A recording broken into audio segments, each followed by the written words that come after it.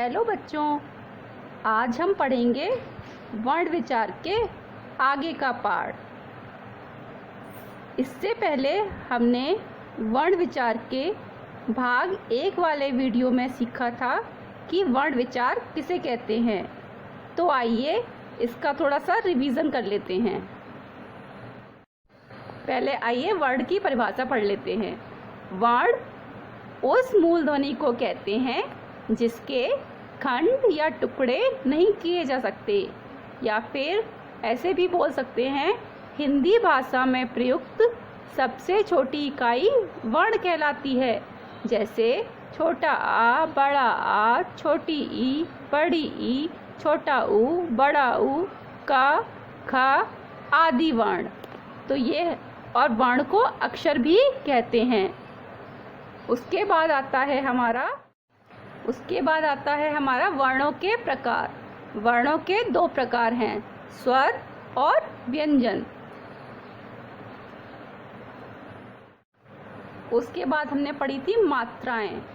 अब उसके आगे का भाग पढ़ते हैं। आइए अब पढ़ते हैं व्यंजन। जिन ध्वनियों के उच्चारण में वायु मुख के किसी न किसी भाग से टकराकर बाहर निकलती है उन्हें व्यंजन कहते हैं। जिसमें ध्वनियाँ हमारे मुख के किसी न किसी भाग से टकराकर बाहर निकलती हैं उन्हें व्यंजन कहते हैं। व्यंजनों का उच्चारण स्वर की सहायता से होता है। जो व्यंजन है उनका उच्चारण स्वर की सहायता से होता है। हर व्यंजन के अंदर आ का स्वर छिपा होता है। हर व्यंजन के साथ छोटा आ छुपा हुआ होता है। हर व्यंजन के साथ आ का स्वर छुपा हुआ होता है। हिंदी भाषा में 33 व्यंजन और 2 विशेष व्यंजन ड़ और ढ हैं। हिंदी में 3 आगत व्यंजन हैं।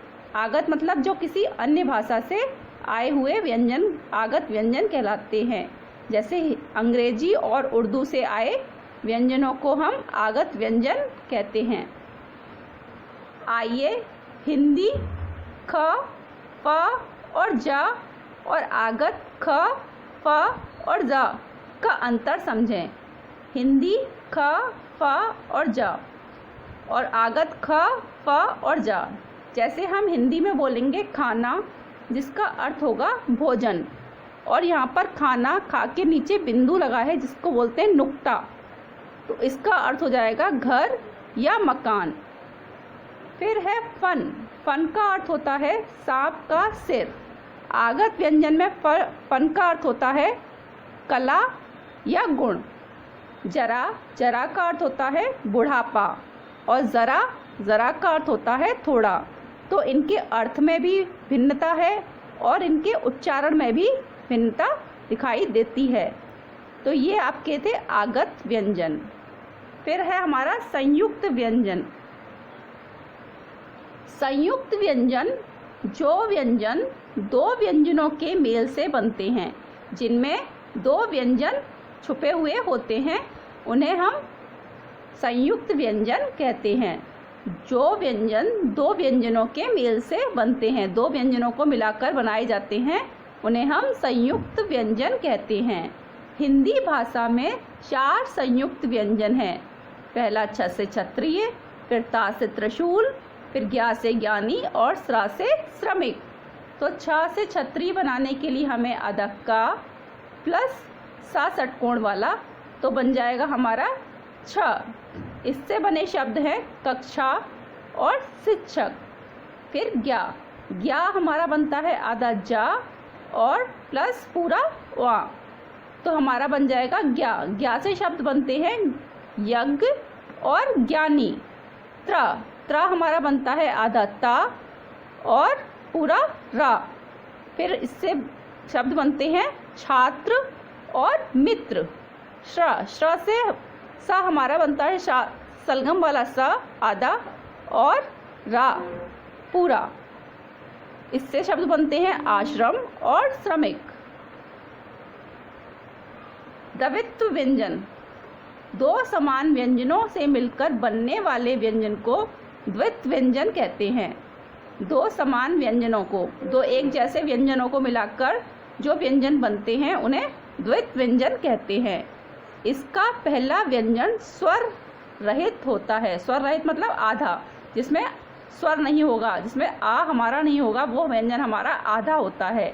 तो जो पहला व्यंजन है उसमें वो हमारा स्वर रहित होता है। जैसे मक्का, इसमें जो आधा का है वो हमारा स्वर रहित है। गन्ना, चप्पल, दो समान व्यंजन है लेकिन एक हमारा व्यंजन जो है आधा वाला वो स्वर रहित है।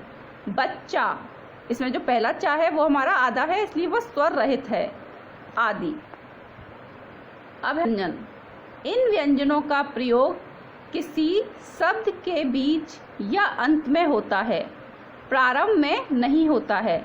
जैसे ड़ा और ढा, जैसे लड़का, ड़ा हमारा बीच में आया है, लड़का, इनका जो प्रयोग होता है इन व्यंजनों का वो हमारा ड़ा में बीच में होता है, व्यंजन के शब्दों के बीच में होता है इनका प्रयोग।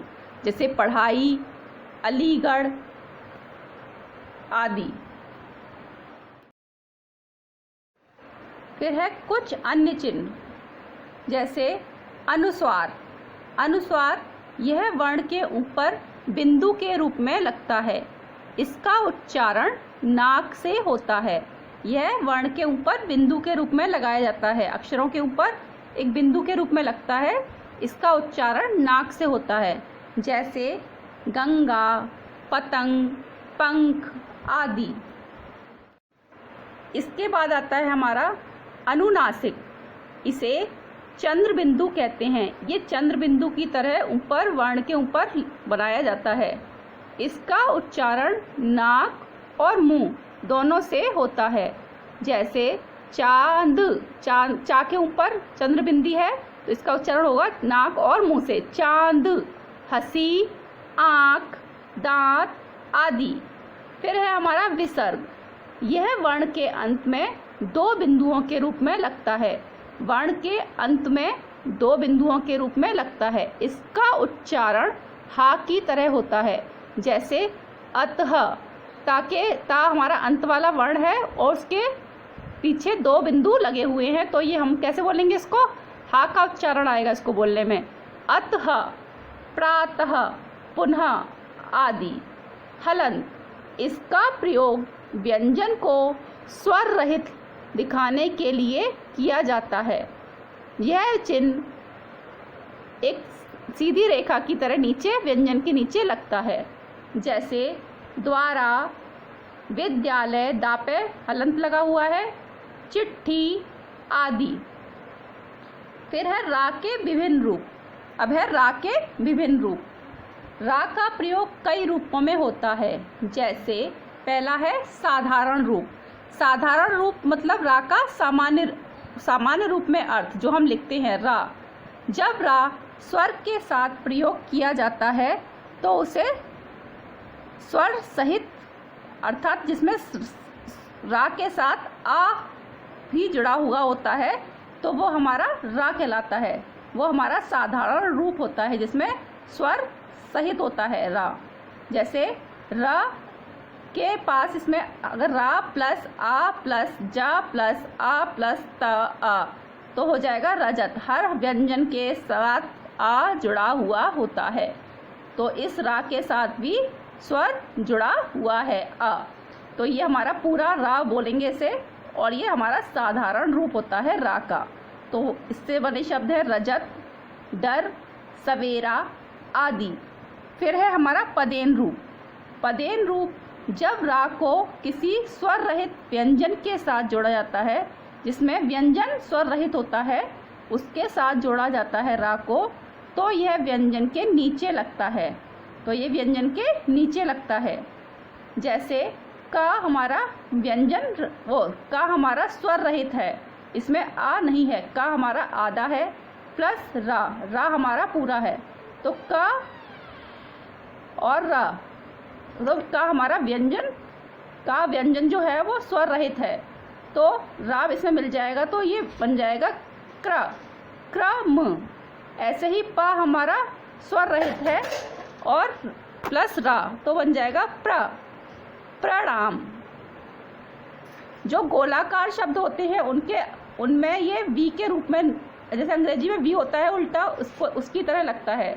जैसे ड हमारा स्वर रहित है प्लस र तो बन जाएगा ड्र, इससे बनेगा शब्द ड्रम।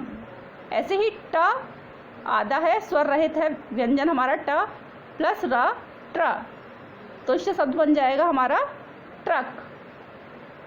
अब है इसका रेफ रूप। जब रा को स्वर रहित लिखा जाता है, अभी आगे वाले पदेन रूप में था जब व्यंजन स्वर रहित होता है, और यहाँ पर रेफ रूप में रा हमारा स्वर रहित है, मतलब रा के पीछे आ नहीं है, तो उसे स्वर रहित बोलते हैं। तो वह व्यंजन के ऊपर लगता है। जब रा हमारा स्वर रहित होगा तो वह व्यंजन के ऊपर बनेगा। जैसे इसे हम रेफ रूप कहते हैं। जैसे हमारा है प पूरा है प्लस रा हमारा आधा है, आधा मतलब स्वर रहित है, फिर व, तो हम कैसे बोलेंगे इसको? पर्व। पहले हम प बोलेंगे, फिर रा की ध्वनि आएगी, फिर उसको वा बोलेंगे, तो इसका कैसे बोलेंगे? पर्व। ऐसे ही का हमारा पूरा है और रा हमारा स्वर रहित है प्लस या, तो हम इसको बोलेंगे कार्य। पहले रा की ध्वनि आएगी, फिर या की ध्वनि आएगी, कार्य। तो ये हमारे रा के विभिन्न रूप थे, पदेन रूप और रेफ रूप और साधारण रूप। अब है वर्ण विच्छेद। किसी शब्द के वर्णों को अलग अलग करके लिखना वर्ण विच्छेद कहलाता है। किसी शब्द को हम अलग अलग करके लिखते हैं तो उसे वर्ण विच्छेद कहते हैं। जैसे यहाँ पर है मटर, तो मटर को हमने वर्ण विच्छेद कैसे किया है? आधा माँ प्लस आ प्लस ट आधा प्लस आ प्लस रा आधा प्लस आ, तो इसमें सब में आ की ध्वनि छुपी हुई है, तो ये हो जाएगा हमारा, इसे हम मिला देंगे तो बन जाएगा हमारा शब्द मटर। ऐसे ही है धोबी। धोबी को हम वर्ण विच्छेद करेंगे तो आधा धा प्लस ओ प्लस बा आधा प्लस ई, बड़ी ई, तो बन जाएगा हमारा धोबी। ऐसे ही गुब्बारा को हमने वर्ण विच्छेद किया तो आधा गा प्लस ऊ प्लस ब आधा प्लस ब आधा प्लस आ प्लस र आधा प्लस आ, तो सब में हमारे क्या छुपे हुए हैं? स्वर। हर व्यंजन के पीछे स्वर छुपा हुआ है, तो ये हमारा इस तरह से हम वर्ण विच्छेद करते हैं। और जो ये व्यंजन में हलंत लगा हुआ है, इसका अर्थ होता है आधा व्यंजन। तो ये आपका चैप्टर ख़त्म होता है और आप इसको घर पर पढ़ें। धन्यवाद।